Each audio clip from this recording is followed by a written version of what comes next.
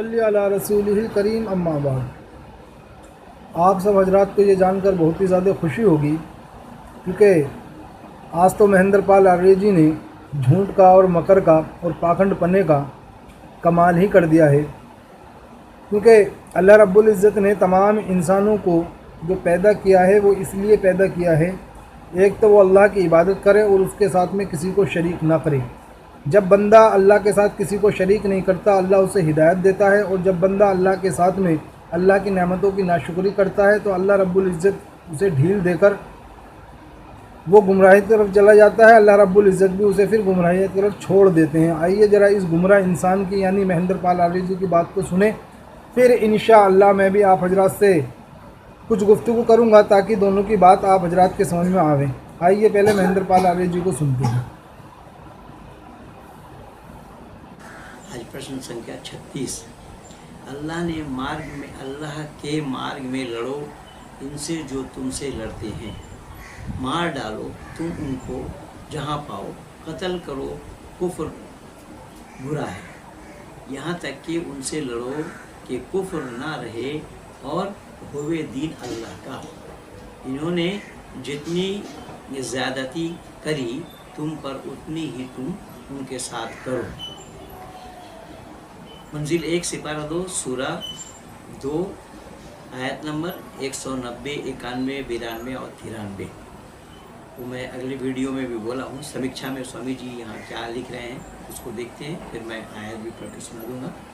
समीक्षा: जो कुरान में ऐसी बातें ना होती तो मुसलमान लोग इतना बड़ा अपराध जो कि अन्य मत वालों पर किया है ना करते। देखिए, मैं नहीं कह रहा हूँ, ऋषि दयानंद जी यही कह रहे हैं कि कुरान की प्रेरणा से ही मुसलमानों ने औरों के साथ ये अन्याय किया है और कर रहे हैं, करते आए हैं, और शायद जब तक धरती पर कुरान है तो ये करते भी रहेंगे, ना करते।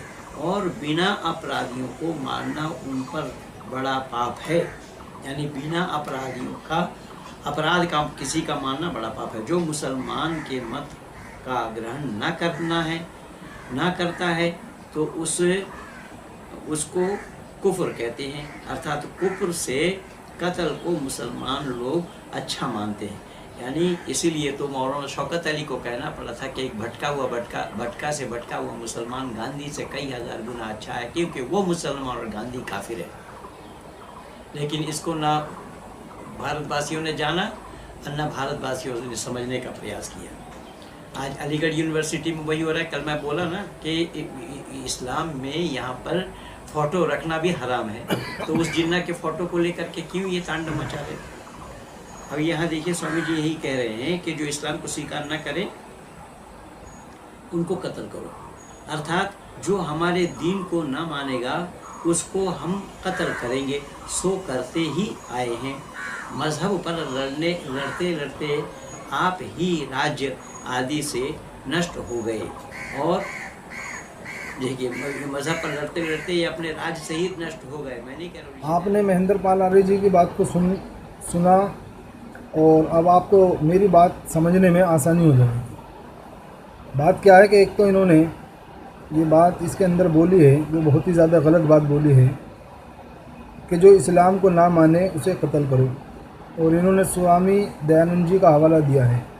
ये स्वामी दयानंद जी ने ये बात सत्य प्रकाश के अंदर लिखी है। एक बात तो मैं आपसे ये अर्ज करूं कि इस्लाम को ना मानने वाले को कत्ल करने का कुरान मजीद में कहीं भी हुक्म नहीं है। ये इन लोगों ने अपनी तरफ से मन घड़त बातें कर इस्लाम के और मुसलमानों के ख़िलाफ़ इनका ये गलत रवैया, और ये सिर्फ़ इस्लाम को नुकसान पहुंचाना चाहते हैं। वैसे इंशाअल्लाह अल्लाह ने चाहा तो इनको तो ये इस्लाम को तो क्या नुकसान पहुंचाएंगे, बल्कि ये ख़ुद ही नुकसान उठाएंगे, क्योंकि कुरान मजीद की आयत करीमा है।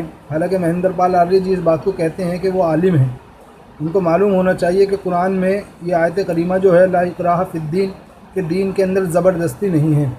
अब जो इन्होंने ये बात फरमाई है कि इस्लाम को ना मानने वालों को कत्ल कर दो, ये बिल्कुल कुरान के ख़िलाफ़ बात है और हदीस के भी ख़िलाफ़ बात है। और इन्होंने एक मौलाना का हवाला दिया है कि जो गुनाहगार मुसलमान है वो गांधी जी से बेहतर है, क्योंकि गांधी जी काफिर हैं। इन्होंने इस बात को कहा। बिरादरान इस्लाम, बिरादरान वतन, ये काफिर के अर्थ को लोगों को गलत बताकर, क्योंकि काफिर उसे कहा जाता है जो इनकार करे, और इनकार भी किस चीज़ का, जब उसके सामने हक और सच सामने आ जाए उसके बाद में इनकार करे। दूसरी बात इन्होंने ये है कि जो मुसलमानों के मत को ग्रहण ना करे तो उसको कुफ्र कहते हैं।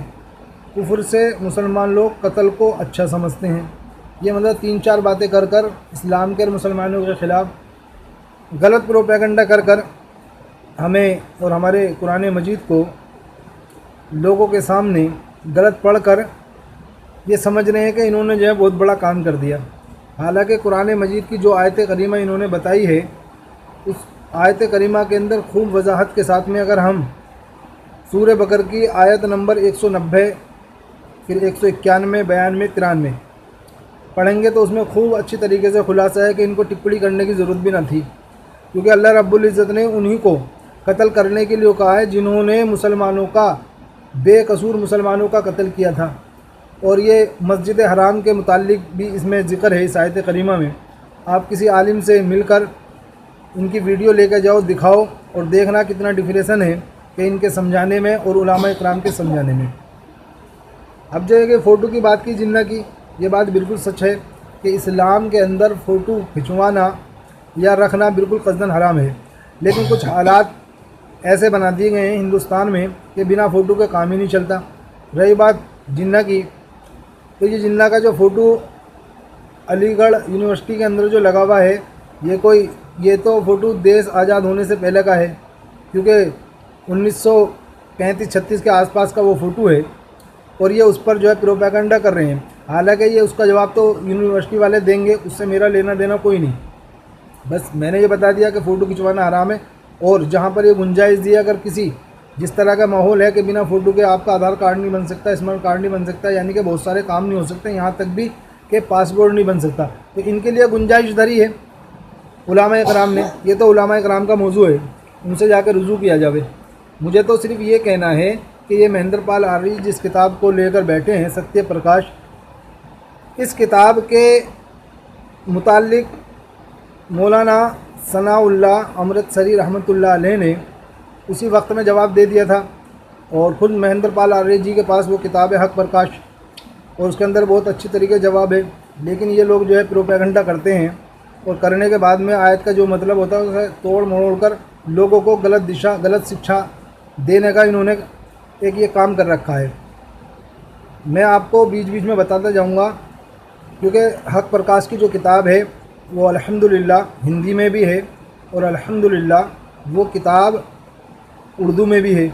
मैं 3-4 किताबों का आपको बाहर का फ्रंट दिखाऊंगा, ताकि आप जो है गूगल पर जाकर इन किताबों को, अगर गूगल पर आप लिखेंगे हक प्रकाश इन हिंदी, तो हिंदी की किताब मिल जाएगी, और अगर आप गूगल पर जाकर लिखेंगे हक प्रकाश इन उर्दू, तो उर्दू में भी मिल जाएगी। मैं ये 3 किताबें देता हूँ मुनाजरा, एक मुनाजरे की किताब जो मौलाना सनाउल्लाह साहब रहमतुल्लाह अलैह ने अपने ज़माने में इन आर्य समाजियों से मुनाजरा किया था, और वो कलमबंद कर लिया गया था।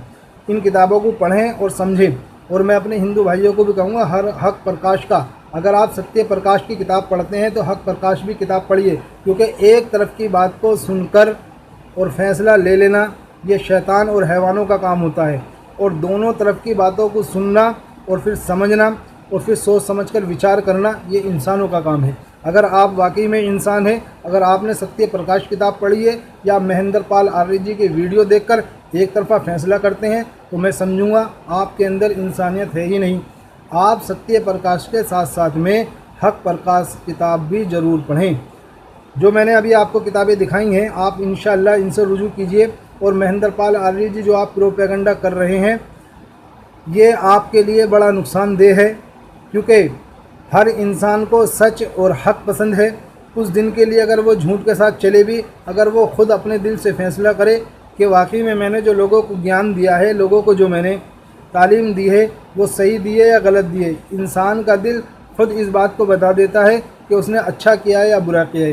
बिरादरान इस्लाम, बिरादरान वतन, आप हजरात से गुजारिश है, कमेंटों के अंदर हमारे इन पंडित जी को या राहुल आर्य जी को या किसी भी सनातनी धर्मी को बिल्कुल भी कतन गाली ना बकें, क्योंकि अगर आप इस्लाम को मानते हैं तो क्योंकि इस्लाम के अंदर गाली का बकना बिल्कुल कसदन हराम, बल्कि अल्लाह के नबी मुहम्मद रसूलुल्लाह सल्लल्लाहु अलैहि वसल्लम की हदीस मुबारक है।